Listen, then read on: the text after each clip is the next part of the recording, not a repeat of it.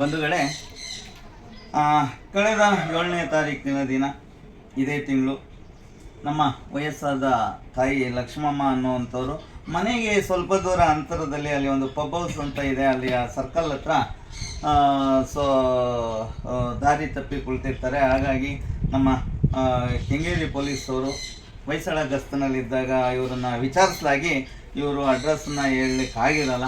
ಹಾಗಾಗಿ ಮೊನ್ನೆ ಅವರು ಆಂಜನೇಯ ದೇವಸ್ಥಾನ ನಾಗರಬಾವಿ ಅಂತೇಳಿ ಅದೊಂದಷ್ಟು ಹೆಸರನ್ನು ನಮ್ಮ ಗಮನಕ್ಕೆ ತಂದರು.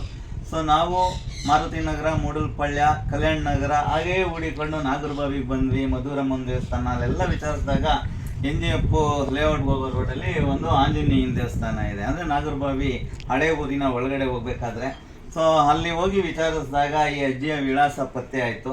ಸೊ ಅವರ ಮೊಮ್ಮಗ ಆನಂದ್ ಅನ್ನುವಂಥವ್ರು ನಿನ್ನೆ ಕರೆ ಮಾಡಿದ್ವಿ. ಕಾರಣಾಂತರದಿಂದ ಅವರು ಹೊರಗಡೆ ಇದ್ದಾಗ ಬರ್ಲಿಕ್ಕಾಗಿಲ್ಲ.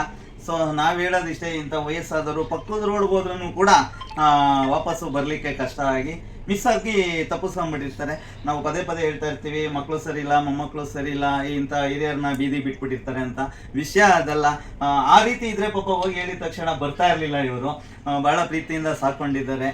ನಿಮಗೂ ತಂದೆ ತಾಯಿ ಹೆಣ್ಮಗು ನೋಡಿ, ಇವ್ರಿಗೂ ತಂದೆ ತಾಯಿ ಇದ್ದಾರೆ, ಹೆಣ್ಮಗು. ಇದು ಬಂದು ಅಜ್ಜಿ, ತಂದೆಯವರ ತಾಯಿ. ಇದು ಇವ್ರನ್ನು ಕೂಡ ಪ್ರೀತಿಯಿಂದ ಇವರೇ ಎಲ್ಲರೂ ನೋಡ್ಕೊಳ್ತಾ ಇದ್ದಾರೆ. ಹಾಗಾಗಿ ಅವ್ರಿಗೆ ಹೃತ್ಪೂರ್ವಕವಾದ ಧನ್ಯವಾದಗಳು. ಯಾಕಪ್ಪ ಅಂದರೆ ವಯಸ್ಸಾದವರು ಹೋದ್ರೆ ಸಾಕು ಅಂತಾರೆ. ಅಂಥದ್ರಲ್ಲಿ ನಮ್ಮ ಒಂದು ಶ್ರಮಕ್ಕೆ ಹುಡಿಕೊಂಡು ಹೋದಾಗ ಅದಕ್ಕೆ ಗೌರವಾನ್ವಿತವಾಗಿ ಬಂದು ಕರ್ಕೊಂಡು ಹೋಗ್ತಾ ಇದ್ದಾರೆ. ಮೊದಲನೇದಾಗಿ ಅದೇ ನಮಗೆ ಒಂದು ಖುಷಿ ತರುವಂಥದ್ದು. ಈ ಒಂದು ವಿಡಿಯೋನ ಯಾಕೆ ಮಾಡ್ತಾ ಇದ್ದೀವಿ ತಮಗೆ ಅಂದರೆ, ವಯಸ್ಸಾದವ್ರನ್ನ ಮಕ್ಕಳು ನೋಡ್ಕೊಳ್ಳಲ್ಲ, ಬಿಟ್ಬಿಡ್ತಾರೆ ಅಂತಾರೆ. ವಿಷಯ ಅದಲ್ಲ. ಸೊ ನೋಡಿ, ಇವಾಗ ಬಂದು ಮೊಮ್ಮಗ ಇವರ ತಂದೆಯ ತಾಯಿ ಕರ್ಕೊಂಡು ಹೋಗ್ತಾ ಇದ್ದಾರೆ. ಹಾಗಾಗಿ ಇವರನ್ನು ನಾವು ಈ ದಿನ ಕಳಿಸ್ಕೊಡ್ತಾ ಇದ್ದೀವಿ.